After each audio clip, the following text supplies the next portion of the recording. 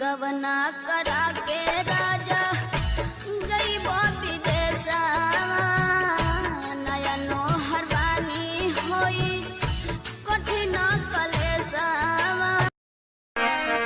अरे मेरे बाबा ने बाग लगायो रे। कैसे समझा मैं तुम लोगों को? एगो तो खड़े हो बैठत ना हो और फिर ताली बजाओ ना का सो बजाओ तो ना हो। हाथ उठाए ले सभी लोग, माताएं बहनों से भी गुजारिश करेंगे और भैया लोगों से। अरे मेरे बाबा ने बाग लगायो रे, डाली डाली पे अनार, डाली डाली पे अनार।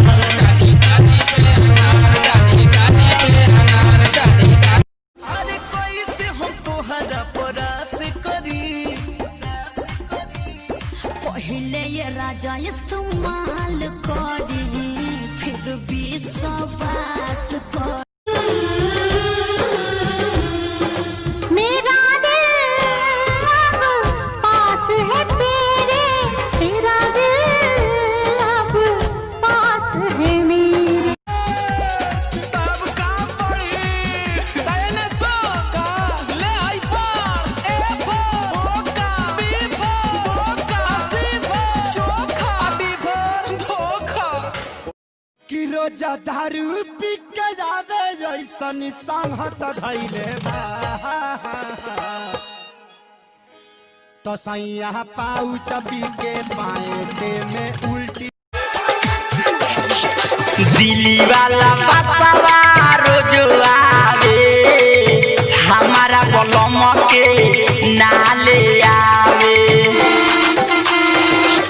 दिल्ली वाला आज मेरी यार की शादी है, आज मेरी यार की शादी है, यार की शादी है, मेरे दिलदार की शादी है, आज मेरी यार। टेम्पू से आइला तो अतना गुमान तुहे अतना गुमान, स्कॉर्पियो से आइबा तो चलबा उतान। खाना बंद करो, खाना बंद करो सालो सुनो गाली खा।